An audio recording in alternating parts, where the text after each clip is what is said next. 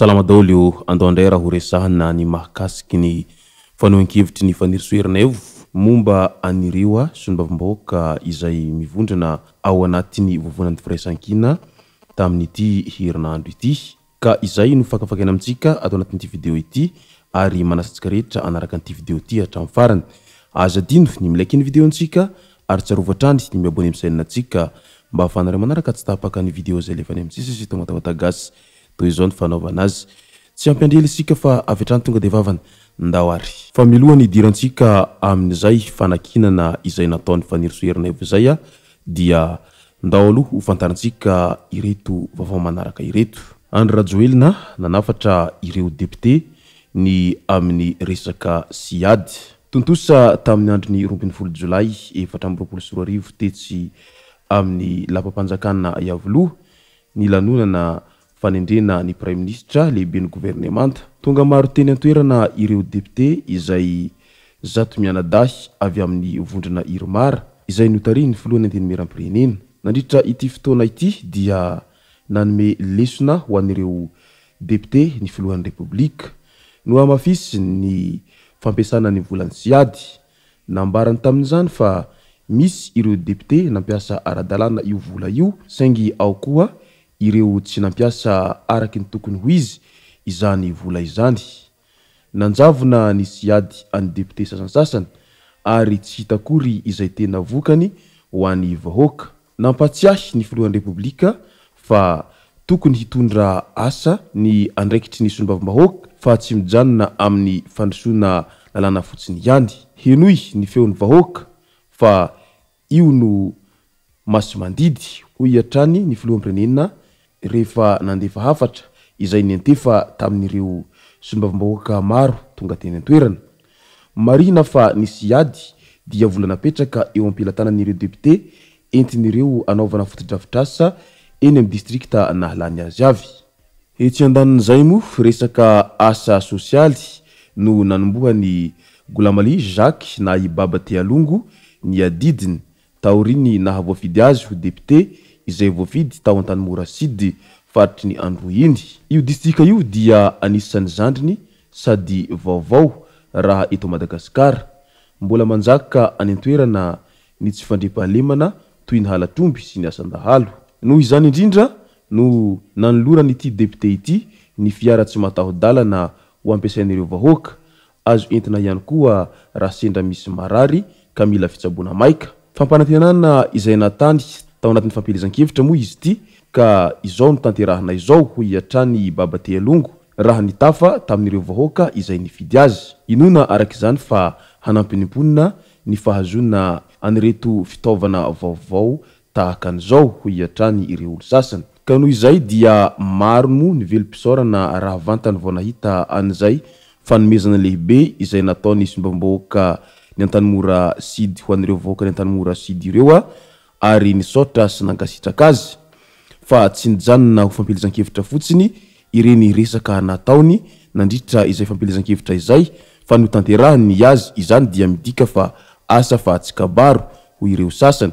Ka maromaroa ny tahaka an'izao député Baba Tealongo zao izay tsy mivady belirano amin'ireo vahoaka izay nifidy azy.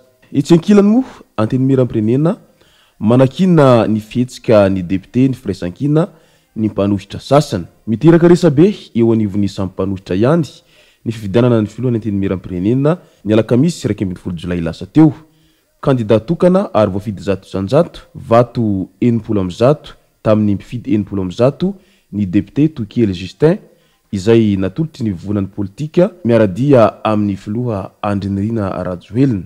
Ny arahaba sy ny derazy manokana ny filoha Andry Rajoelina teny amin'ny lapam-panjakana Iavoloha ny zoma 20 Jolay teo noho ny nahavoafidy azy tamin'ny taham-pahombiazana 100 zay.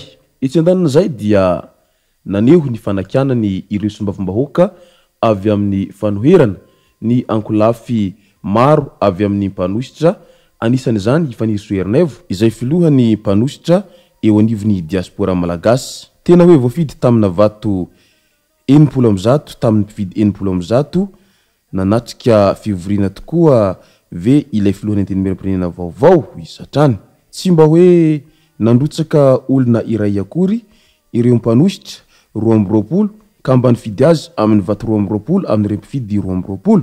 Ireo no fanontaniana napetraky ny Ifanisoernaivo izay lasa saina ihany amin'ny fomba amampanao ny mpanositra eto Madagasikara. Azonareo an-tsaina ve rehefa hanova lampandrenana amin'izay ny filoha Rajoelina dia alefa ao amin'ny antenimieram-pirenena io. Mazava ho azy dia holany 70 amin'ny mpifidy 70 ny fanovana lalàna sy izay tiany rehetra alefa ao. Hoy ihany Ifanisoernaivo tao amin'ny pejiny tao. Marina hoy ny mpanositra ireto fa tsy holany raha nirotsaka hifaninana amin'ny maronisa fa ilaina ihany ny fijoroana amin'ny fotokevitra sy ny vondrona misy sy ny tena ka tokony nandrotsaka kandida ihany ny mpanositra zava-dehibe amin'ny fanajana ny mpifidy izany. Raha tsy izany dia tsy mandray anjara na mifidy vato fotsy na ihany koa mandatsotra zao izy ireo. Ny filazana hoe amin'izay mba miaro ny mpanositra ny filoha io amin'ny fotoana ilana azy ireo dia tsy mitombina. Hoy ireo mpanositra mpomba ny vondrony firaisankina ireto.